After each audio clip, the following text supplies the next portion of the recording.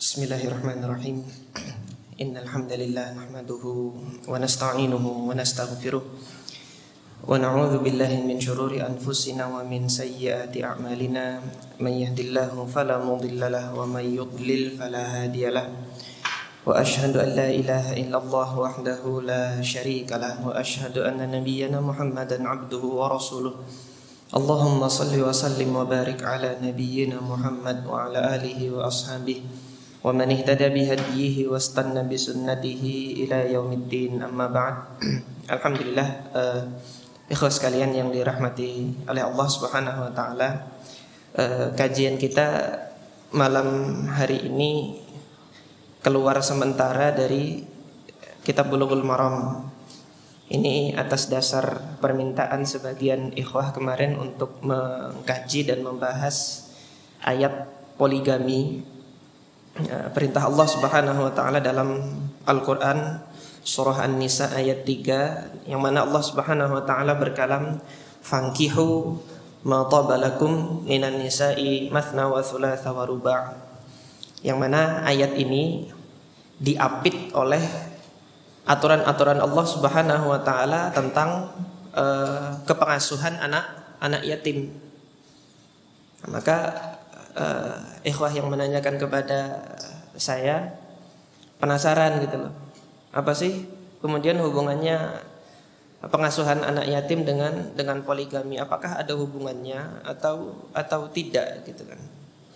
Kemudian yang lain juga menanyakan kepada saya, ketika Allah Subhanahu wa taala memerintahkan fankihu ma tabalakum minan nisa'i mathna wa thulatha wa ruba', apakah diartikan dengan demikian bahwasanya hukum asalnya menikah itu 2, 3, 4 dulu, yang gak mampu adil baru 1 gitu loh?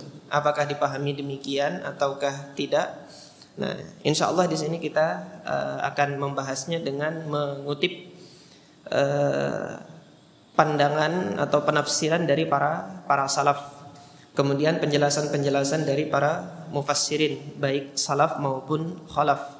Salaf maupun khalaf, yang saya maksudkan khalaf di sini adalah para mufassirin yang menyusun kitab-kitab tafsir beliau setelah era zaman 3 yang diberkahi oleh Nabi SAW. Artinya pada kurun setelah atba'ut tabi'in, pada eranya setelah atba'ut tabi'in.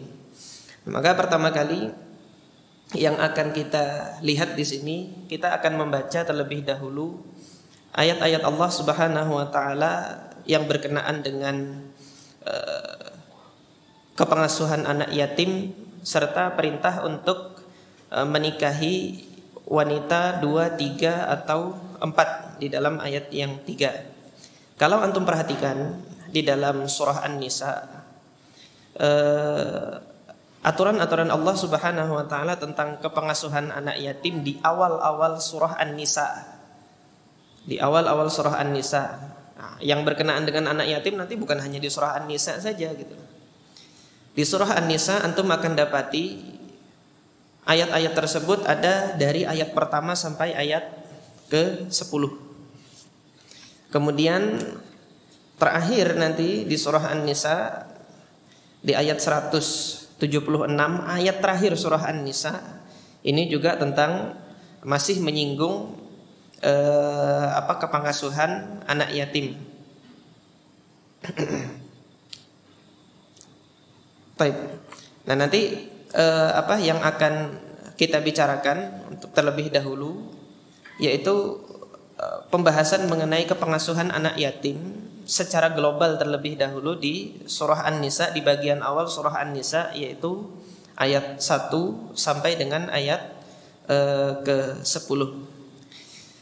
Secara singkat, ayat pertama dalam surah An-Nisa, Allah Subhanahu wa taala berkalam, ya ayyuhan nasu taqu rabbakumul ladzi khalaqakum min nafsin wahidah wa khalaqa minha zawjaha wa batha minhuma rijalan katsiran wa nisaa'a wattaqullaha alladzi tasaaluna bihi wal arham innallaha kana 'alaikum raqiba. Wahai sekalian manusia, bertakwalah kepada Rabb kalian yang menciptakan kalian dari satu jiwa, kemudian diciptakan dari satu jenisnya itu min nafsi wahidah, dari satu nafas itu, dari satu jenis yang sama itu, Allah kemudian menciptakan zaujaha, pasangannya dari jenis yang sama, wa batha minhuma rijalan katsiran wa nisaa, dan Allah menyebarkan keturunannya itu nanti baik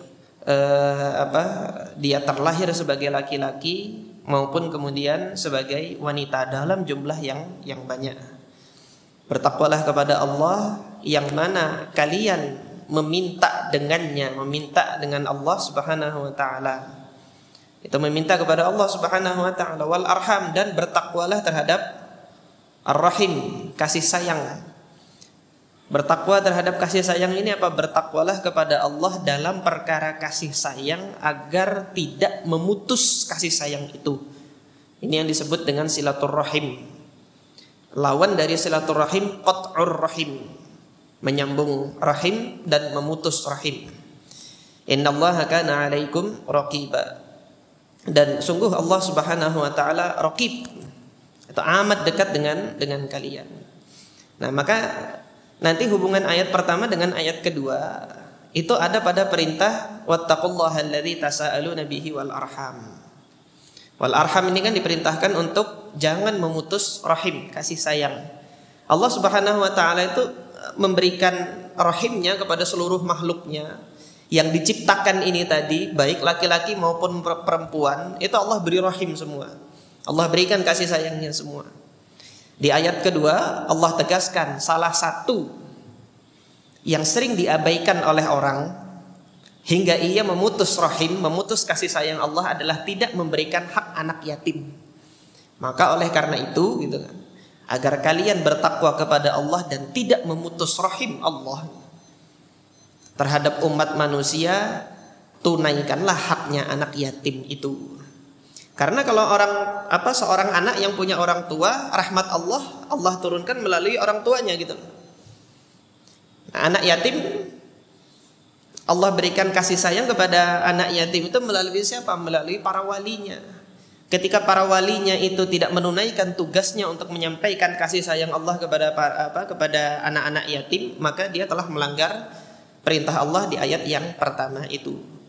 Oleh karena itu ayat kedua apa? Allah perintahkan wa atul yatama amwalahum. Tunaikan kepada mereka harta-harta mereka. Atau berikan kepada mereka harta-harta mereka. Wala tatabaddalul khabitha bit thayyib, jangan kalian tukar yang buruk dengan yang baik. Yang buruk dengan yang baik. Ada yang buruk Anda ambil, yang baik tidak Anda ambil gitu loh.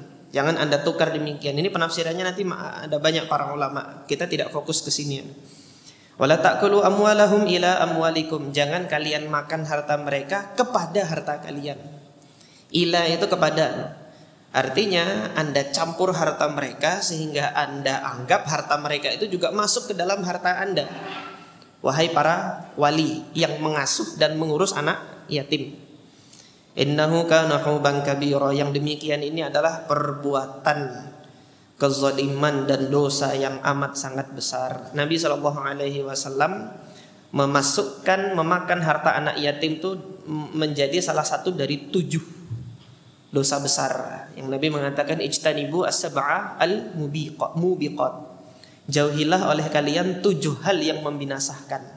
Yang pertama syirik, yang kedua sihir, kemudian yang ketiga membunuh, kemudian memakan riba, kemudian memakan harta anak yatim, kemudian apa? Menuduh wanita yang baik-baik berzina, dan yang terakhir yang ketujuh adalah tawalli yaumaz zahfi, lari dari medan pertempuran. Ini yang disampaikan dalam hadis sab'al mubiqat, 7 hal yang membinasakan. Nah, setelah Allah perintahkan untuk menunaikan harta anak yatim, maka takutlah orang gitu kan. Takutlah orang-orang untuk tidak menunaikan haknya anak yatim. Maka pada ayat ketiga, ketika kalian sudah takut gitu kan, untuk tidak menunaikan haknya anak yatim, untuk tidak berlaku adil dengan anak-anak yatim, maka nikahlah. Fa in khiftum alla tuqsitu fil yatama. Tadi sudah diperintahkan untuk adil dengan menunaikan harta anak yatim. Nah, ketika kalian sudah takut untuk tidak menunaikan haknya anak-anak yatim gitu kan, maka nikahilah wanita 2, 3 atau 4. Jika kalian khawatir tidak berlaku adil kepada mereka, maka 1 saja. Atau kalian bisa ambil budak-budak kalian itu untuk melampiaskan, untuk menunaikan hajat biologis kalian. Nanti aturannya kalau dia menunaikan hajat biologis dengan budaknya gitu kan, maka dia setelah nanti melahirkan anak tuannya, dia akan menjadi namanya ummul walad. Jadi budak yang menjadi tasarri ini sudah setengah merdeka gitu lah. Ketika dia sudah tasarri, sudah dijadikan oleh tuannya untuk menunaikan hajat biologisnya gitu kan, dia sudah setengah merdeka. Kenapa sudah setengah merdeka? Kalau tuannya mati, otomatis bebas sudah dia. Karena dia nanti melahirkan anak tuannya. Ketika nanti melahirkan anak tuannya dinasabkan kepada tuannya. Ibunya statusnya budak, anaknya sudah merdeka gitu loh. Ibunya kapan merdeka? Tuannya mati, otomatis ibunya sudah merdeka. Jadi dalam hal ini sebagian mufassir nanti menyatakan bahwasanya tasarri yang melampiaskan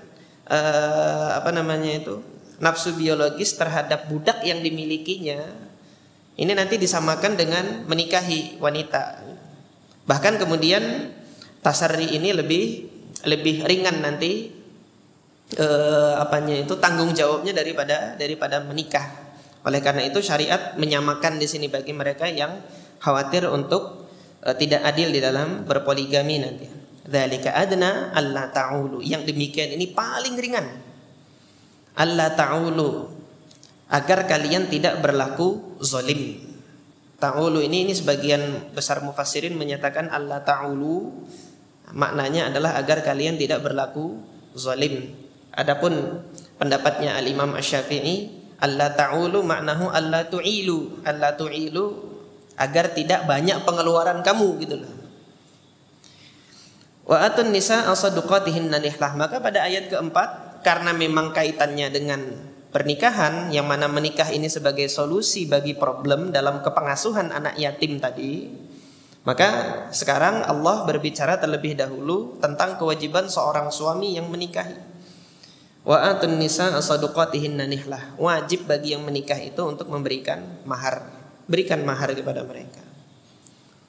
Berikan mahar kepada para istrinya itu.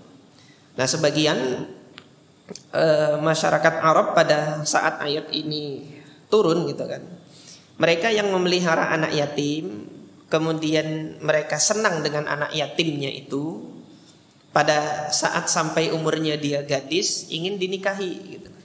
Ketika ingin dinikahi, karena ini saya yang ngerawatnya, saya yang ngasuhnya, gak usah saya kasih mahar. Toh ini saya yang ngerawat kok, saya ngasih mahar sama siapa nanti gitu kan. Maka syariat mengatakan tidak, tetap kasih mahar.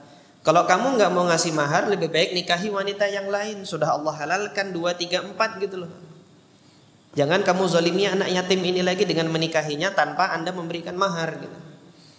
Mahar tetap wajib kalau memang Anda mau memposisikan anak yatim yang Anda pelihara itu, yang Anda asuh itu nanti sebagai istri Anda.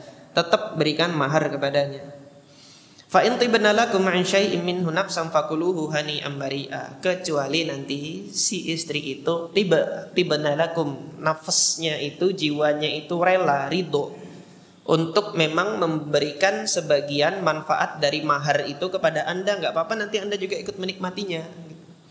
Misal maharnya kebun gitu kan itu milik penuh istri. Tapi dalam kepemilikan istri itu, yang dia memiliki mahar memiliki kebun ini sebagai maharnya, kalau istrinya nanti rela, ridho berbagi dengan suaminya, nggak apa-apa, suaminya ikut menikmati dari hasil kebun itu gitulah. Asal istri rela, ridho ini tadi.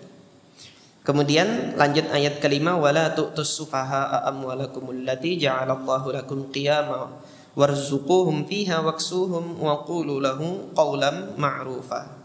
Dan janganlah kalian memberi orang-orang safih. Orang safih itu yang akalnya itu belum lengkap, belum sempurna. Jangan dikasih. Dikasih apa? Harta. Dan di sini para mufassir berbeda pendapat, yang dimaksudkan safih ini apakah para istri atau anak-anak yatim yang belum balik gitu loh. Dua-duanya masuk dalam keumuman ini. Artinya di sini apa? Artinya di sini, kalau Anda memiliki anak yatim sebagai asuhan, jangan berikan hartanya semua kepada mereka sebelum mereka itu bisa mengelola harta itu sepenuhnya. Pun juga dengan istri. Ada suami yang ngasih kartu ATM-nya sama istrinya gitu kan. Pokoknya gajinya istrinya semua. Ya lihat istrinya, dia safih atau enggak. Kalau istrinya safih, maksudnya safih itu apa? Akalnya belum sempurna. Maksudnya belum sempurna apa? Begitu dikasih uang habis gitu kan. Begitu dikasih uang dipakai buat apa yang dia butuhkan, beli tas harganya jutaan misalnya gitu. Anaknya kemudian enggak dikasih makan. Ya itu safih kayak gitu. Jangan dikasih semuanya harta kayak gitu. Nah, namun Allah perintahkan apa? Warzuquhum fiha, tapi tetap kewajiban kamu memberikan rizki kepada mereka fiha. Allah mengatakan apa di sini? Fiha, di dalamnya. Bukan minha, darinya. Ingat ini. Bukan minha. Antum lihat nanti di ayat 8 Allah berkalam farzuquhum minhu. Berikan rizki kepada mereka minhu, dari sebagian harta itu. Tapi untuk memberikan nafkah kepada anak yatim ini gitu kan, yang masih safih ini, berikan rizki kepada mereka fiha, di dalam harta itu. Apa maksudnya di dalam harta itu? Maksudnya di dalam harta itu, ini perintah dari Allah Subhanahu wa taala untuk mengelola harta itu. Keuntungan yang didapat dari pengelolaan harta itulah yang digunakan untuk menafkahi anak yatim tersebut gitu loh.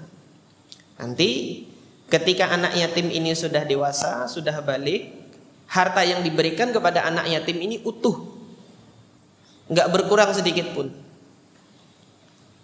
Si anak yatim ini orang tuanya meninggal, dapat warisan dia 10 juta misalnya. Walinya yang mengasuh anak yatim ini gitu kan, berkewajiban untuk menjaga 10 juta ini gitu. Maka hendaknya si wali ini mengelola 10 juta ini diputar, ada keuntungan dari 10 juta ini yang digunakan untuk menafkahi anak yatim ini sampai dia balik. Ketika dia sudah balik dan sudah bisa mengelola harta sendiri, 10 juta ini nanti diserahkan kepada anak yatim ini utuh, enggak berkurang sedikit pun. Nah, ini makanya Allah Subhanahu wa taala berkalam fiha, fi di dalam, bukan min. Min itu dari. Kalau dari diambil dari itu gitu kan. Anak yatimnya ini sudah dewasa, habis hartanya. Wabtalul yatama, oleh karena itu nanti dalam pengasuhan wabtalul yatama, beri apa namanya itu? Ujian. Diuji mereka nanti. Hatta idza balagun nikah, sampai ketika dia sampai pada usia dia layak untuk menikah. Diuji bisa ngelola harta atau enggak. Kalau nanti dia sudah fa in anastum minhum rusyda, kalau kalian sudah melihat dalam dirinya ada rusyd, ada kemampuan untuk mengelola harta itu, fadfa'u ilaihim amwalahum, baru kembalikan hartanya tadi yang tadi kami katakan 10 juta itu kan, kasihkan semuanya.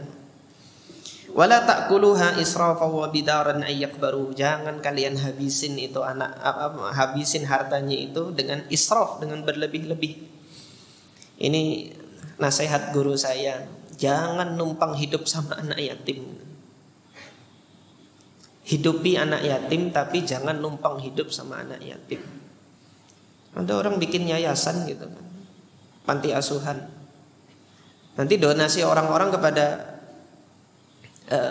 panti asuhan tersebut, ikut dia makan gitu loh. Ketika ikut dia makan, dianya sendiri dari donasi yang dapat, oh ini buat pengurus beli baju baru, anak yatimnya bajunya ala kadarnya. Wawas kayak gitu. Nanti ancamannya di ayat yang ke-10. Innal ladzina ya'kuluna amwalal yatama dzulma, yang makan harta anak yatim dengan kezaliman, innama ya'kuluna fi butunihim naro, dia makan api.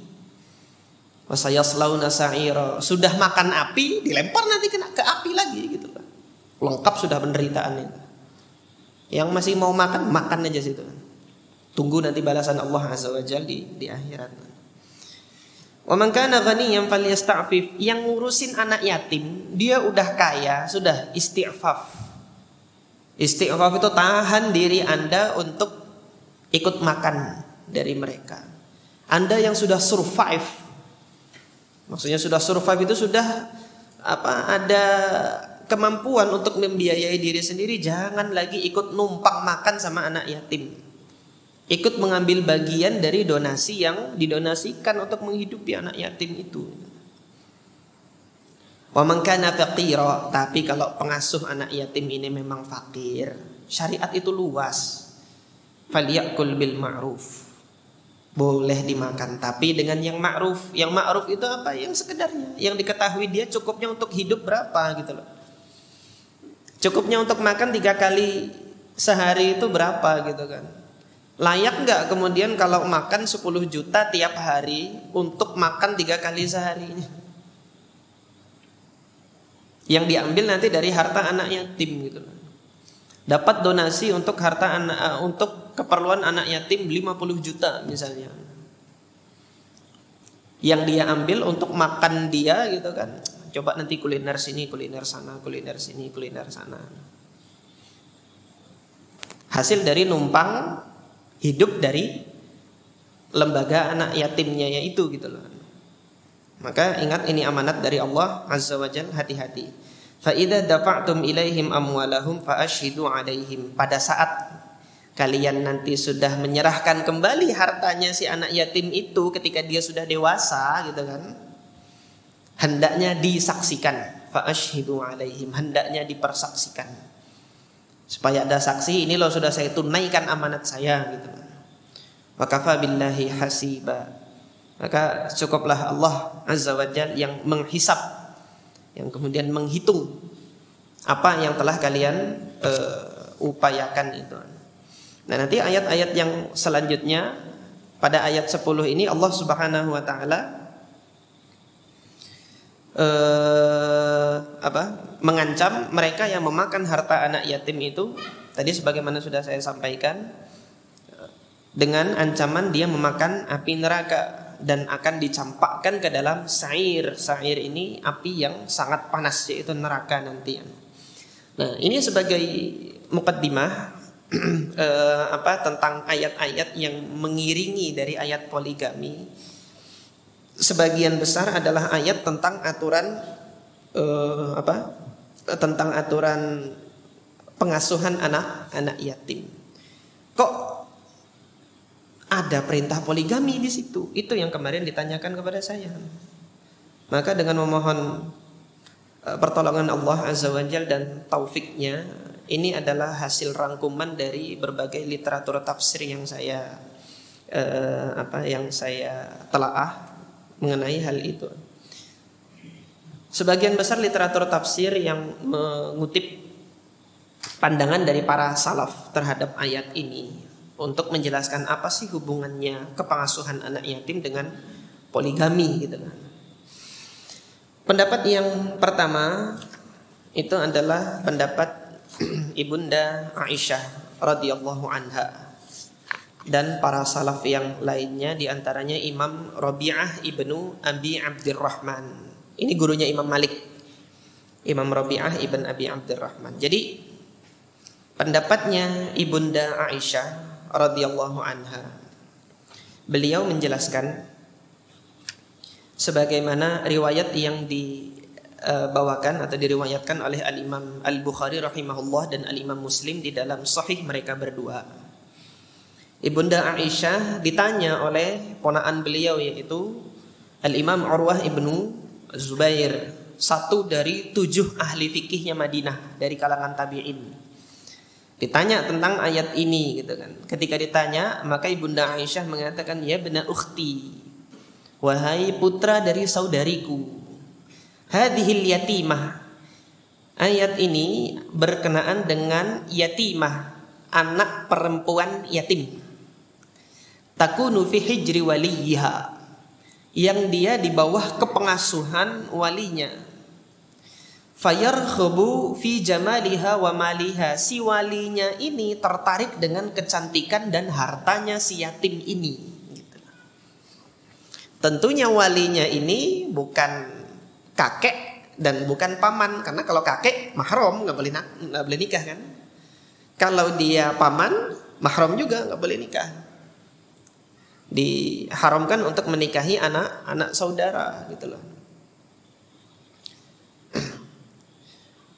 Kemudian maka di sini walinya di sini yang selain mahram, yang dimaksudkan adalah selain mahram. Kalau dia nanti sepupu gitu kan, masuk sepupu di sini boleh nikahi gitu. Kalau memang dia tertarik boleh gitu.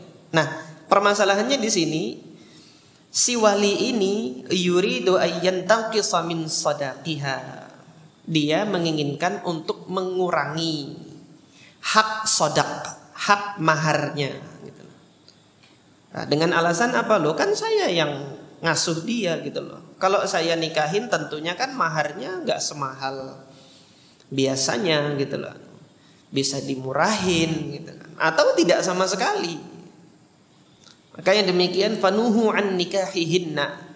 Maka dilaranglah untuk menikahinya illa an yuqsitu lahunna, kecuali dia berlaku adil terhadapnya. Dalam hal apa? Fi ikmali as-sadaq, dalam hal pemenuhan hak maharnya itu. Kalau memang punya keinginan yang demikian gitu kan, artinya dia ingin untuk menikahi anak yatim yang dia pelihara, yang dia asuh, tapi dengan mengurangi hak maharnya itu, maka syariat mengatakan lebih baik nikahi yang lain gitu. Wa umiru binikahi man siwahunna minan nisa, udah nikahi wanita yang lain 2, 3, 4. Jadi ada sebabnya perintah ini turun. Sebabnya itu tadi. Ini orang ini, si wali ini hendak berlaku tidak adil terhadap anak yatim yang akan dinikahinya. Maka lebih baik nikahi wanita yang lain. Gitu loh. Ini pendapatnya Ibunda Aisyah radhiyallahu anha. Kemudian afwan tadi saya sampaikan yang tentang apa namanya itu, tentang nikah tadi tentang anak yatim tadi, ayat terakhir ya surah An-Nisa. Afwan, keliru saya. Nanti mungkin diperbaiki gitu kan.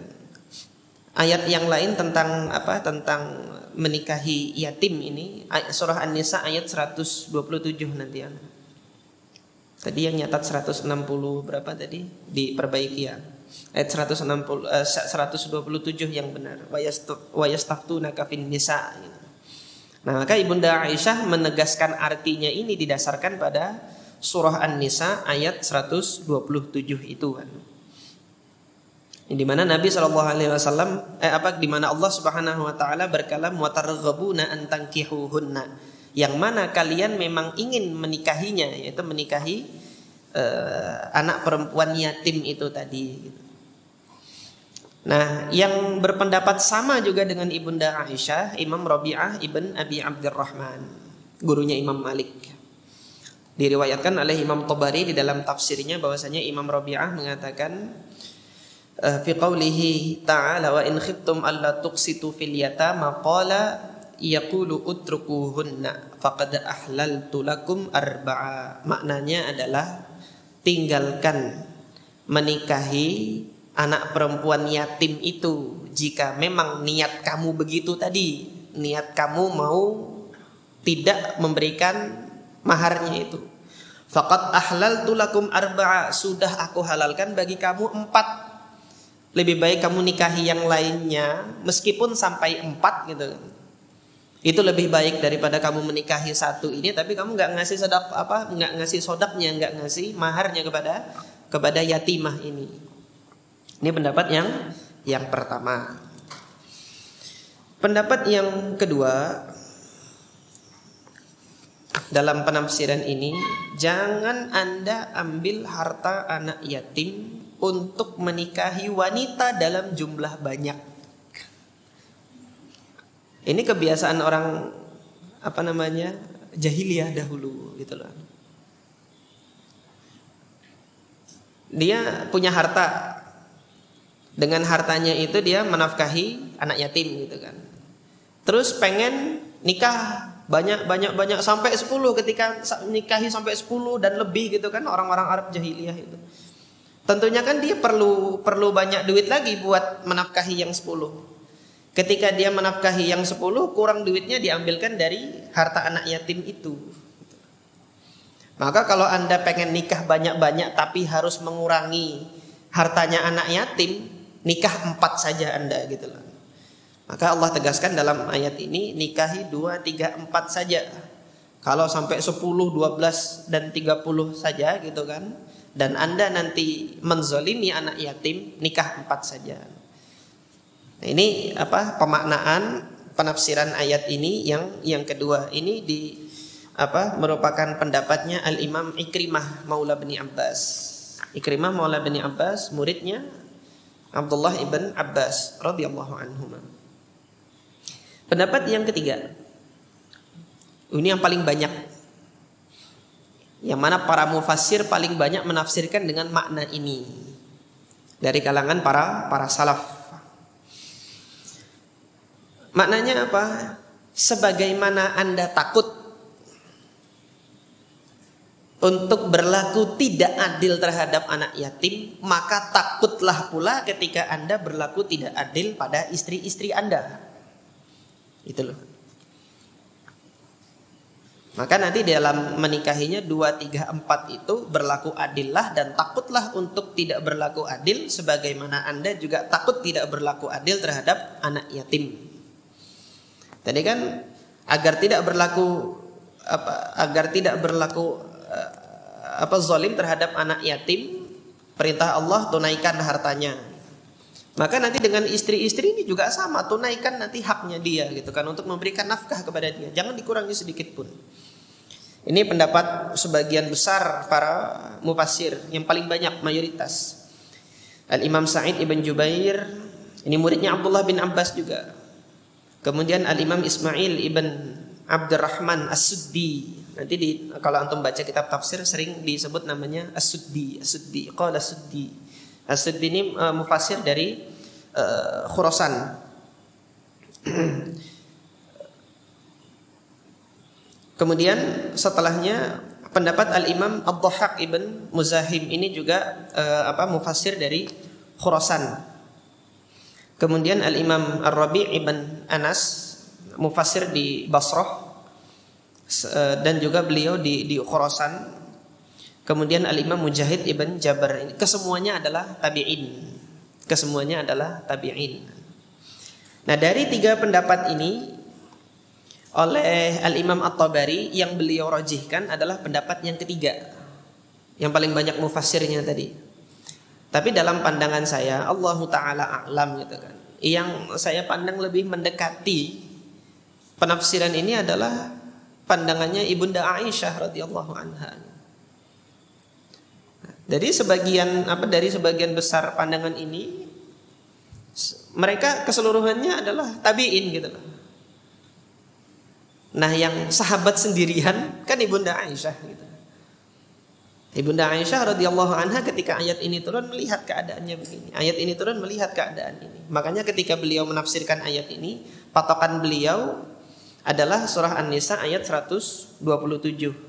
Jadi untuk menafsirkan An-Nisa ayat 3 tadi, beliau berpatokan kepada An-Nisa ayat 127. Ketika Allah berkalam watarghabuna an tankihuhunna, dan kamu memang ingin menikahi si yatim wanita itu gitu. Nah, ini yang saya pandang lebih rajih. Namun meskipun demikian ya, tiga pendapat salaf ini memposisikan poligami ini sebagai solusi dalam permasalahan pengasuhan anak yatim, apapun itu masalahnya. Masalah yang pertama tadi kan khawatir kalau nikah nggak ngasih mahar, maka poligamilah dengan wanita yang lain. Yang kedua, problemnya juga sama dengan pengasuhan anak yatim. Gara-gara nikah banyak, anak yatim nggak keopeni gitu loh, nggak terasuh gitu. Hartanya dikurangin gara-gara ngasih duit untuk istrinya yang banyak, maka dibatasi 4 saja. Sekali lagi, poligami yang 4 ini sebagai solusi bagi problem kepengasuhan anak yatim. Yang ketiga, sama. Sebagaimana Anda takut tidak berlaku adil kepada anak yatim, gitu kan. Takutlah juga ketika tidak berlaku adil dengan istri-istri Anda. Jadi 3 pendapat ini memposisikan poligami ini sebagai apa? Sebagai solusi bagi problem apa? Problem kepengasuhan anak yatim. Jika demikian, pertanyaannya, apakah harus takut dulu untuk tidak berlaku adil dengan anak yatim, atau harus punya problem kepengasuhan anak yatim dulu baru boleh poligami gitu? Kan itu yang ditanya. Karena ayat Quran mengatakan ini syarat gitu. Syaratnya jika kamu begini maka begini gitu. Jika dengan anak yatim begini maka kawinlah poligami gitu loh. Kan ayat begitu. Jika tidak berarti nggak boleh dong poligami. Apa begitu pemaknaannya? Iya atau tidak? Enggak, Ustaz, enggak. Loh, ayatnya begini ya. Nah, yang demikian ini dinamakan mafhum mukhalafah. Penarikan kesimpulan yang seperti ini disebut oleh para ulama usul fikih mafhum mukhalafah. Kalau begini maka begini, jika tidak begini maka begitu. Jika kamu khawatir dengan anak yatim maka poligamilah. Jika kamu tidak khawatir maka jangan poligamilah. Itu namanya mafhum mukhalafah. Nah, maka di dalam ayat ini apakah ada mafhum mukhalafah? Gitu kan. Para ulama sepakat nggak ada mafhum mukhalafah. Wah, bahagialah antum. Artinya poligami tidak tergantung dengan problem kepengasuhan anak yatim. Gitu loh. Hal ini disampaikan oleh Al-Imam Al-Qadhi Abu Bakar Ibnul Arabi fi Ahkamil Quran, dalam kitab beliau namanya Ahkamul Quran. Beliau ini ulama Malikiyah, berasal dari kota Al-Ishbili, kota Isbilia. Jadi para ulama yang konsen menyusun kitab tafsir dengan corak fikih. Masing-masing madhab nanti ada tokohnya. Yang madhab Hanafiyah nanti Al-Imam Al-Jassas, punya kitab Ahkamul Quran. Dalam madhab Syafi'i ada 2 literaturnya yang saya temukan paling banyak jadi rujukan. Yang pertama Ahkamul Qurannya Ilqiyah Haroshi. Ilqiyah Haroshi ini kakak kelasnya Imam Ghazali dari Madrasah Nizamiyah, menyusun kitab Ahkamul Quran yang mana coraknya nanti madhab Syafi'i. Yang kedua Al-Imam Al-Baihaqi rahimahullah sebelum Ilqiyah Haroshi. Nah, kalau Imam Al-Baihaqi ini menyusun Ahkamul Qurannya ini dengan meriwayatkan pendapatnya Imam Syafi'i sendiri gitu loh. Pendapatnya Imam Syafi'i terhadap Al-Quran beliau susun nanti berdasarkan urutan-urutan mushaf. Nah kan kalau di dalam kitab Imam Syafi'i kan menyusunnya berdasarkan bab-bab fikih gitu kan, mengutip ayat ini, ayat ini, ayat ini. Oleh Imam Baihaqi rahimahullah nanti disusun berdasarkan mushaf. Perkataannya Imam Syafi'i nanti disusun lagi di situ berdasarkan urutan mushaf oleh Al-Imam Al-Baihaqi rahimahullah. Nah, dalam madhab Maliki nanti yang menyusun ahkamul Qur'annya adalah ini Al-Imam Ibnul Arabi rahimahullah. Nah, beliau mengatakan apa? Fa inna dalilal khitab hadhihi al-ayah saqitun bil ijma'. Dalilul khitab atau mafhumul mukhalafah dalam ayat ini itu gugur berdasarkan ijma' kaum muslimin. Kenapa? Fa inna kullaman 'alima annahu yuqsitu lil yatimah jaza lahu an yatazawwaja siwaha. Mereka yang mengetahui bahwasanya dirinya itu mampu berlaku adil dengan anak-anak yatim, boleh menikah selainnya itu dalam jumlah 2, 3, 4 boleh. Nah, kemudian hal ini didukung juga dengan sunnah. Sunnahnya apa? Sunnahnya apa? Sunnah Surah An-Nisa ini kan ayatnya Madaniyah. Turunnya di Madinah. Sahabat Nabi yang bersama dengan Nabi sejak di Mekah itu sudah menikah lebih dari satu, udah banyak gitu loh. Dan Al-Quran gak mengingkarinya. Di antara contohnya adalah sahabat Nabi yang paling dekat, Abu Bakar As-Siddiq. Istrinya yang kami dapati riwayatnya 2. Nanti mungkin teman-teman dapat riwayat yang lain, istrinya yang lain. Yang mana satu Qutailah bintu Amr. Ini ibunya Asma binti Abi Bakar. Kemudian yang kedua Ummu Ruman. Qutailah binti Abdul Uzza, afwan. Qutailah binti Abdul Uzza ini ibunya Ummu Ruman. Ibunya Asma, afwan. Asma binti Abi Bakar. Yang ibunya Aisyah namanya Ummu Ruman. Ummu Ruman bintu Amr. Ummu Ruman bintu Amir bin Uwaimir. Ummu Ruman bintu Amir ini ibundanya Aisyah radhiyallahu anha. Nah, maka di sini Abu Bakar sudah punya 2 istri, satu anaknya Asma, satu anaknya Aisyah. Itu sejak di Mekah. Enggak ada teguran dari Allah Azza wa Jalla gitu loh. Maka dengan ini ketetapan poligami itu dasarnya itu bukan satu-satunya ayat surah An-Nisa ini gitu loh. Tapi ayat surah An-Nisa ini hadir untuk menunjukkan bagi Anda yang punya problem dalam kepengasuhan anak yatim gitu kan.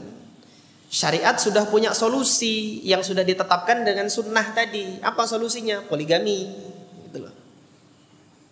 Bukan berarti nanti yang nggak punya problem pengasuhan anak yatim nggak boleh nikah poligami, nggak, tetap boleh gitu loh. Nah, kalau demikian, yang mana poligami ini adalah solusi bagi problem pengasuhan anak yatim, maka jika demikian poligami ini juga problem. Problem sih? Poligami bagi ibu-ibu problem. Poligami ini juga solusi bagi problem yang lain, tidak hanya pada kepengasuhan anak yatim saja, gitu loh. Contoh apa? Problem kependudukan. Dalam satu daerah jumlah wanita lebih banyak dari jumlah laki-laki. Maka kemungkinan solusi bagi problem itu kan apa? Satu, membiarkan masing-masing laki-laki untuk dapat satu pasangan. Mereka yang tidak dapat satu pasangan dibiarkan untuk tidak berpasangan sampai dia mati. Itu kan solusi gitu kan, tawaran solusi. Tapi apakah solusi ini yang ada dalam Al-Quran? Nanti dulu kan. Ini kan solusinya siapa? Solusinya aktivis feminis itu toh. Biarin aja mereka yang nggak dapat suami. Dia membujang seumur hidupnya. Yang penting kan ada yang sudah dapat suami gitu. Itu alternatif solusi pertama. Alternatif solusi yang kedua, bagi problem kependudukan yang mana jumlah wanita lebih banyak dari jumlah laki-laki gitu. Maka tetap masing-masing satu laki-laki dengan satu perempuan. Nanti yang tidak dapat pasangan laki-laki, perempuannya apa? Dia bisa melampiaskan hasrat biologisnya itu dengan melacurkan diri. Nah, yang demikian apakah solusi syariat yang ini? Bukan. Ini solusi pengekor hawa nafsu sana. Yang ketiga, solusi ketiga gitu kan. Maka dengan jumlah kependudukan yang seperti ini gitu kan, di mana jumlah wanita lebih banyak dari jumlah laki-laki, gitu. Masing-masing laki-laki mengambil peranannya sebagaimana yang Al-Quran berikan solusi ini untuk mengayomi 4 gitu.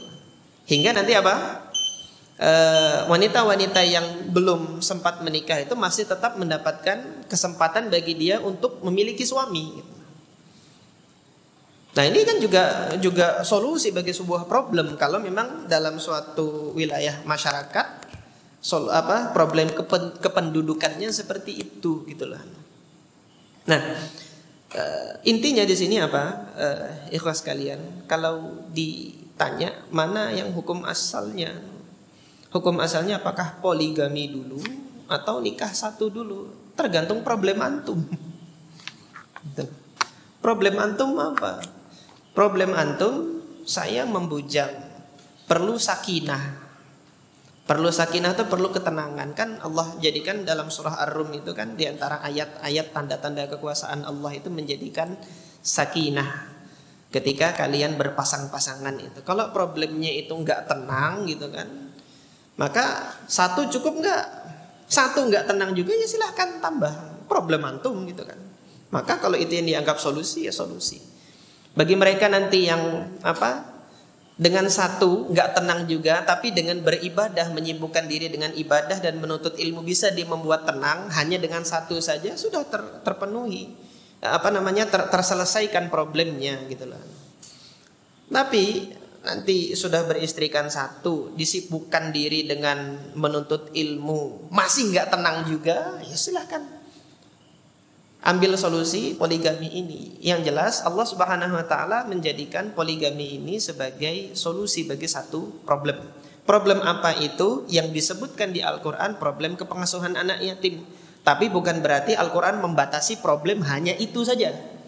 Problem-problem yang lain yang bisa diselesaikan dengan poligami, silahkan. Al-Qur'an sudah memberikan alternatif ini sebagai syariatnya gitu loh. Allah Subhanahu wa taala sudah menetapkan ini sebagai bagian dari syariat. Nah, mungkin ini yang dapat kami sampaikan pada kesempatan malam hari ini. Nanti pada pertemuan yang akan datang insyaallah kita kembali kepada kajian Bulughul Maram gitu kan. Nanti kalau ada request lagi gimana? Ya Allah taala a'lam. Kalau ada request pembahasan yang lain insyaallah kalau Allah memberikan taufik kepada kami untuk mengkajinya dan memberikan taufik waktu, kesempatan menyampaikannya kepada antum, insyaallah kita akan bahas. Dan yang demikian ini kan agar supaya apa? Agar supaya kajian itu tidak monoton, Bulughul Maram aja terus gitu kan. Sesekali kemudian kita bahas tema-tema yang mungkin perlu diangkat. Nah, kami memberikan kesempatan itu kepada ikhwas kalian jika memang perlu untuk diangkat. Ini yang dapat kami sampaikan. Subhanakallahumma rabbana wa bihamdika asyhadu an la ilaha illa anta astaghfiruka wa atubu ilaik. Assalamualaikum warahmatullahi wabarakatuh. Ada pertanyaan yang masuk di kolom komentar. Jadi di sini ikhwas kalian, mungkin saya informasikan kajian kita alhamdulillah direkam dan nanti dipublikasikan melalui channel YouTube Bintang Sunnah TV. Jadi bagi ikhwas kalian mungkin yang malam ini belum ada pertanyaan, baru ada pertanyaan besok gitu kan, boleh nanti dicantumkan nanti di kolom komentar di channel Bintang Sunnah TV gitu. Nanti yang mau bertanya langsung dituliskan di sini juga kami persilahkan seperti itu. Nah, ini ada satu pertanyaan yang masuk yang berkenaan dengan poligami. Dengan poligami tapi hukumnya adalah hukum safar wanita, apakah bersama mahram atau tidak. Jadi pertanyaannya demikian. Ada seorang istri yang punya suami dan suaminya punya istri lagi, dan alhamdulillah mereka rukun gitu. Nah, tidak terjadi problem. Jadi di sini poligaminya jadi solusi. Tapi gitu kan, dalam berpoligaminya itu mereka menghadapi problem, di mana problemnya itu diakibatkan syarat yang mereka sepakati. Mereka sepakat istri pertama menerima keberadaan istri kedua gitu, tapi kemudian kesepakatannya adalah kalau melakukan safar semuanya harus bareng. Sementara sunnah yang kita pelajari kemarin apa? Kalau safar Qur'ah diundi gitu loh. Nanti keluar siapa itu yang menemani suami safar. Tapi mereka punya kesepakatan kalau safar harus bareng semuanya. Yang demikian adalah hak, boleh. Dia hak gitu kan. Cuma gara-gara syaratnya ini terjadilah problem. Problemnya apa? Salah seorang istri daftar haji. Sementara daftar haji kuotanya yang didaftarkan biayanya hanya cukup membiayai 2 orang saja, yaitu dirinya dan suaminya. Otomatis istri yang satu gimana? Nggak dapat jatah. Nah, jika demikian maka tidak terpenuhilah syarat yang yang sudah disepakati tadi, perjanjian yang sudah disepakati untuk pergi safar bareng-bareng gitu, nggak terpenuhi. Maka solusi yang kemudian mereka musyawarahkan gitu kan, si suami nggak mau menemani, karena kalau suami nanti menemani dia melanggar ketentuan dari perjanjian yang sudah disepakati itu.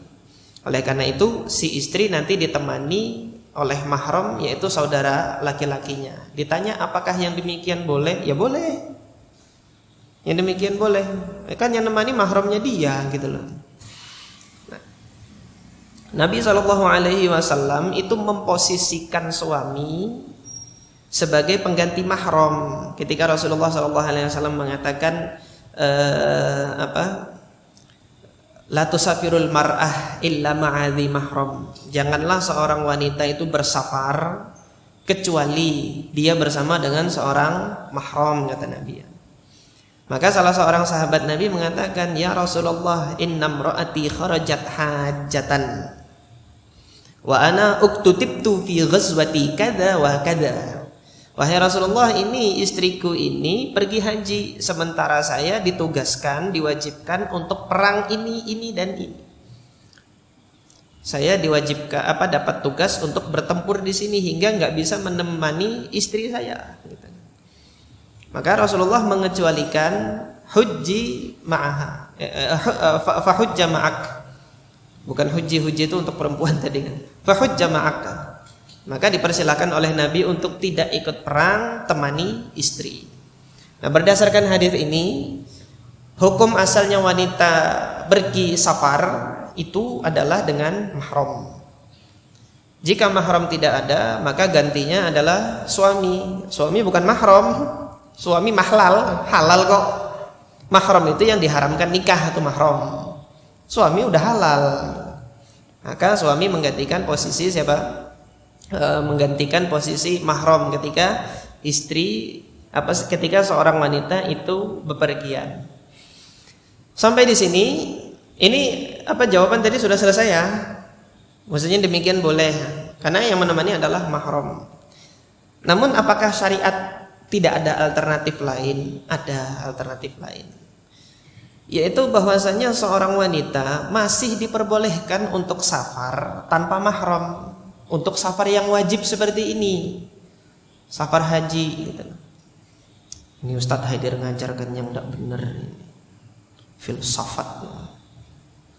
Subhanallah. Saya berlepas dari lisan-lisan yang provokatif seperti ini. Semoga Allah membungkam lisan mereka dengan sesuatu yang lebih baik. Allah jadikan lisan mereka dihiasi dengan Al-Quran, dihiasi dengan ilmu gitu loh. Untuk tidak menyibukkan lisan-lisan yang Allah amanatkan itu untuk menyebarkan tuduhan-tuduhan provokatif seperti itu, wal'iyadzubillah. Maka sebagai wujud tanggung jawab ilmiah, saya sampaikan di sini bahwasanya para salaf memang berbeda pendapat berkenaan dengan safarnya wanita. Apakah harus dengan mahram atau tidak? Pendapat yang pertama harus dengan mahram. Pendapat yang kedua boleh tidak dengan mahram, asalkan apa? Ada rombongan yang menjamin keamanannya. Karena tujuan atau maksud dari diucapkannya sabda Nabi harus dengan mahram itu adalah jaminan keamanan bagi wanita. Dalam hal ini Nabi menempatkan seorang mahram adalah sebab yang bisa diamanahi untuk menjamin keamanan seorang wanita gitu loh, dalam perjalanannya. Maka jika maksudnya adalah keamanan wanita, maka ada hal-hal lain, ada sebab-sebab lain. Jika dia bisa menggantikan posisi mahram untuk menjamin keamanan wanita di dalam perjalanan itu, maka dia juga boleh gitu loh. Ini pendapatnya siapa? Pendapatnya Al-Imam Malik. kemudian Al-Imam Asy-Syafi'i dan Al-Imam Al-Auza'i rahimahumullah. Ini filosof atau salaf? Imam Syafi'i kan salaf. Imam Malik salaf, atba'ut tabi'in, kibar atba' tabi'in, masih masuk kurun yang ketiga. Yang Nabi mengatakan khairun nasi qarni, thumma alladhina yalunahum, thumma alladhina yalunahum. Imam Malik kibar atba' tabi'in yang senior, Imam Syafi'i sighar atba' tabi'in yang junior. Al-Imam Al-Auza'i atba'ut tabi'in, kibar atba' tabi'in di mana? Di Syam. Dalil mereka apa? Dalil mereka hadits Aisyah radhiyallahu anha yang diriwayatkan oleh Al-Imam Al-Bukhari di dalam sahihnya. Nanti antum silahkan buka Sahih Bukhari, ada satu bab hajjil mar'ah, hajjin nisa, hajinya wanita. Nanti buka di kitab haji, itu ada satu bab hajinya wanita gitu loh, hajjin nisa. Cuma riwayatnya Imam Bukhari itu penggalan dari suatu hadis sahih gitu loh, bahwasanya istri-istri Nabi keluar menunaikan haji di masa akhir kepemimpinan Umar bin Al-Khattab, fi akhiri hajjatin hajjaha, pada kesempatan haji terakhir yang mana Umar bin Khattab itu menjadi pemimpin, menjadi Amirul Mukminin. Nah, ini istri-istri Nabi keluar.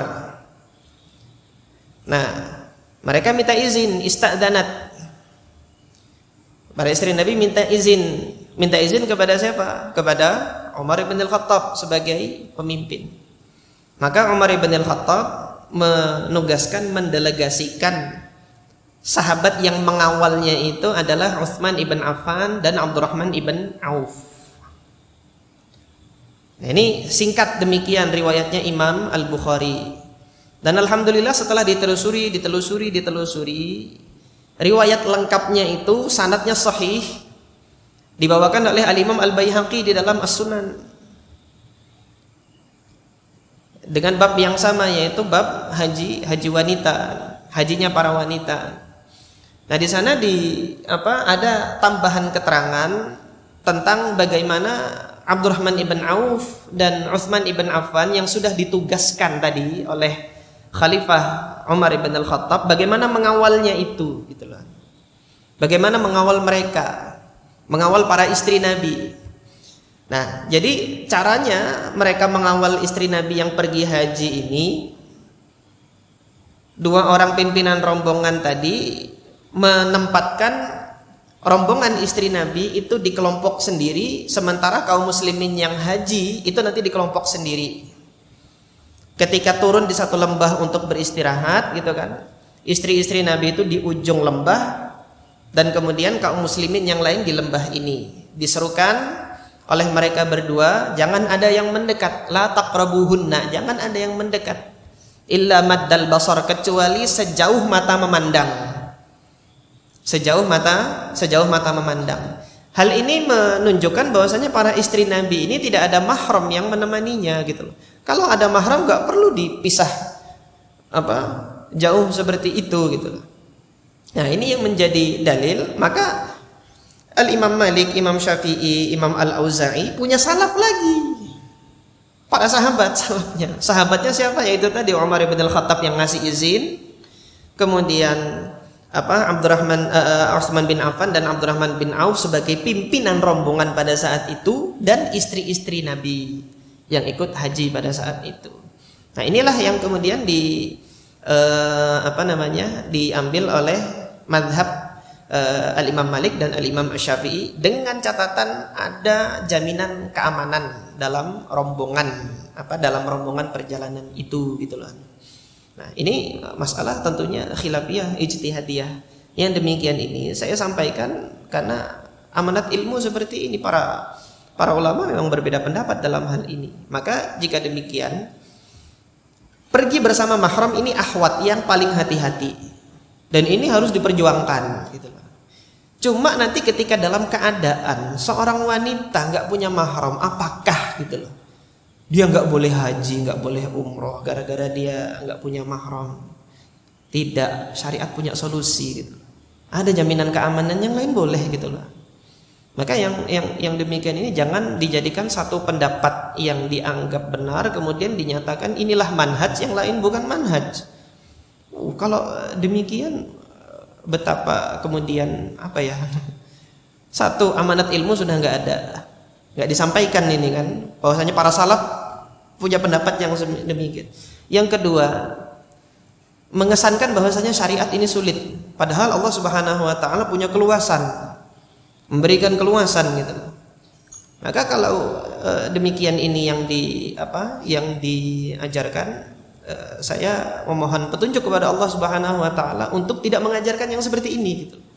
Saya ingin mengajarkan kepada antum, ini dalil para salaf memandang seperti ini, dan kemudian saya berupaya ini yang saya pandang rojih gitu kan.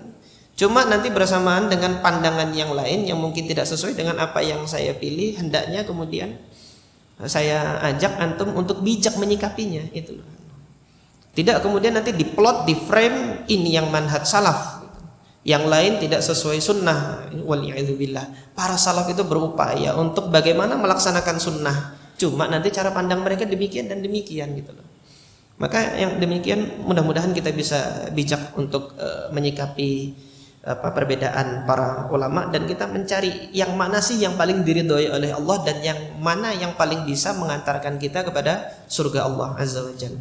Mungkin ini yang dapat saya sampaikan dalam kesempatan ba'da Isya ini untuk menjawab satu pertanyaan ini. Mudah-mudahan Allah Subhanahu wa taala meridhai apa yang kita lakukan ini dan menjadikan upaya kita dalam menuntut ilmu ini sebagai tambahan pemberat amal soleh kita di akhirat nanti. Hadza wa sallallahu ala nabiyyina Muhammad wa ala alihi wa ashabihi ajma'in. Assalamualaikum warahmatullahi wabarakatuh.